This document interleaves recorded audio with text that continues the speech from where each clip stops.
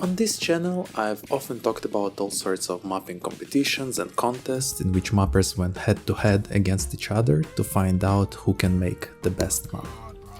But sometimes they also all come together to all contribute to a single shared project. And I don't mean like a couple of friends, I mean like at least 20, 40, maybe even 50 different people.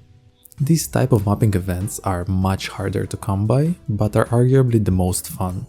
And today I want to cover and reminisce about some of these, I don't know, let's call them communal mapping projects, and also show my contribution to one that is going on right now.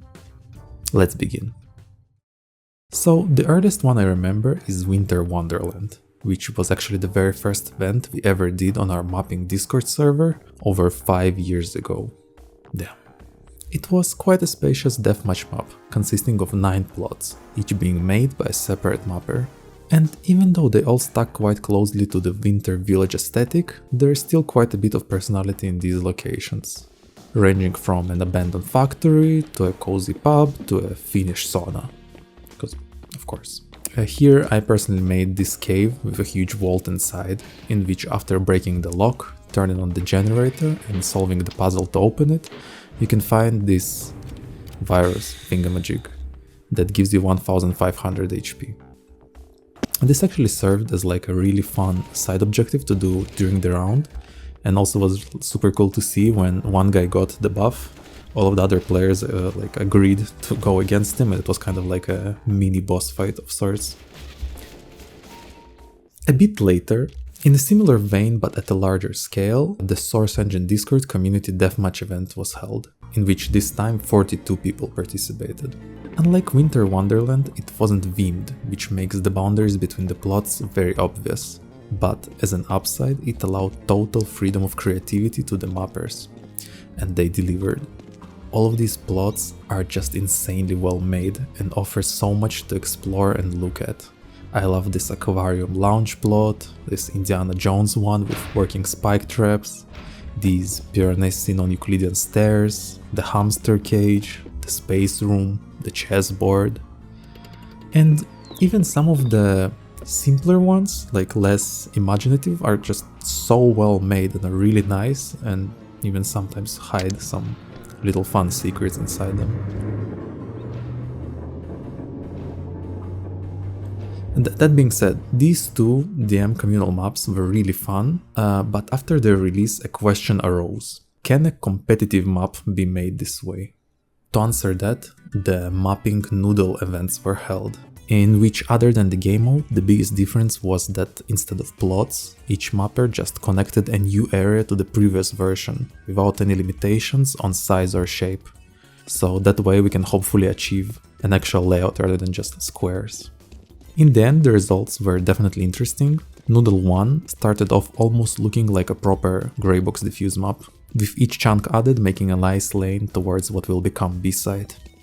But at some point the Cockbig 19 lab was founded, and then someone added a sky bridge which overlooks the whole map, and then a ladder that lets you escape the map entirely, and so on. This kinda becomes a common theme in these type of projects, where eventually someone makes like a really silly change and everyone else after just kinda has to keep up the silliness, especially considering that you cannot change parts that other people have already made, only add on top of them. And Noodle 2 ended up being an even grander example of this effect, where it began super promising. Like some of these areas are just superb, like I would genuinely like can see it in a real map. But then people started adding huge outdoor areas for no reason, and then someone tried to fix the timings in the huge outdoor areas by adding underground speed ramp tunnels. And to reach these underground speed ramp tunnels, you need to take like kilometer deep elevator or drop down a shaft, and there's like an even deeper tunnel under the tunnels. And then one guy added a script that gave to him and only him, like whenever he plays by his name, 800 HP. It was a mess. A really fun mess, but a huge mess. Now, these to my knowledge were all of the CSGO communal mapping projects, at least the ones I know of or heard of. But in CS2 there were a couple that actually got pretty close to being like a real map. those being Bounty and Indy from Eagle 1.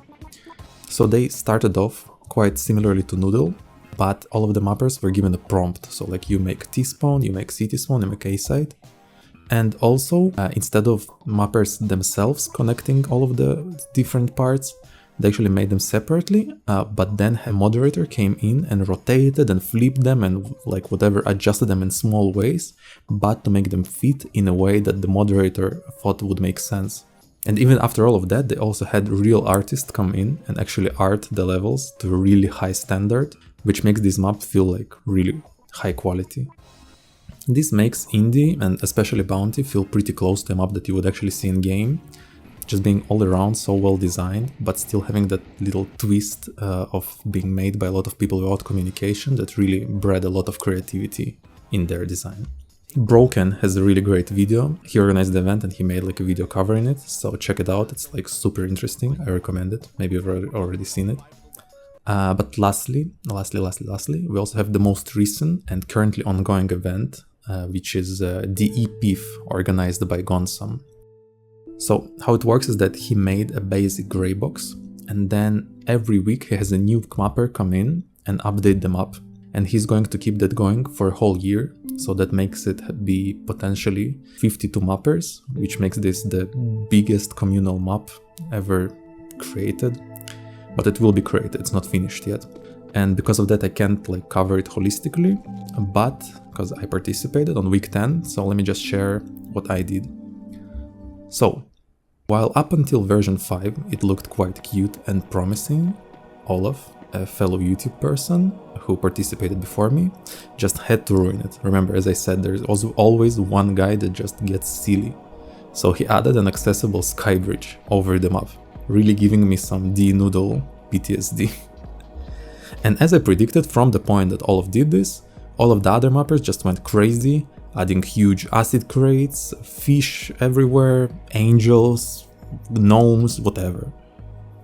But, in this project we are in fact allowed to change what people before us did. So I made my priority to at least try to somewhat pull back this map into being a little bit more serious. But of course I also don't want to be a complete party pooper and just straight up remove parts that other people added. So I came up with this. In the middle of the map, slightly closer to city spawn, I added this control room from which you can activate the flush skybridge protocol. It will quickly shut all of the skybridge windows, as well as activate some lasers inside it to really discourage anyone from using it. Moreover, I cleaned up and removed nearly all of the alternative ways to get onto the roofs and outside the map that skybridge fans left behind. And lastly, to make my stance really clear, I flooded the map with posters discouraging people from utilizing skybridge and showing them the way to the bridge control room. And that's pretty much everything I did. Not a huge update, but once we actually played it, I was really happy with my changes. Closing the skybridge became this like tactical choice the teams made based on their buy and positions. I was afraid that cities would feel a necessity to close the bridge at the start of every round, but actually in the end it ended up being mostly left open and more so being closed by Ts or during after plans to close rotation paths. I thought this was like a really fun dynamic. And just in general, yeah, the map is definitely silly, but it's really fun to play, and I'm looking forward to see how it will change in the future. And there's still a bit over 20 spots left for potential PIF contributors, so I'll leave a link to PIF's Discord in the description, so like join if you wanna update it at some point. And that's it for this video. I really hope you enjoyed this small retrospective, because for me personally these communal maps feel very special, and we ought to have more of them in the future. They are a pain to set up, but I feel like the payoff with the sheer creativity and like the unique ways you approach level design when working with them really pays off. And what else? I guess we learned that it just takes one silly guy to make the map completely unserious and ruin its competitive viability for years forward. Kind of feel like that's how the government works nowadays. Anyway, yeah. After a 2-month long depression nap, I passed all of my exams with flying colors. except histology. It was kind of hard, but we'll get them next time. I'll try to make some more videos, but meanwhile, subscribe and like and all of that stuff. And a special shout out to Colaman8132, also known as Rafi, for financially supporting my kefir addiction. I'll see you in the next video. Have a great day. Bye bye.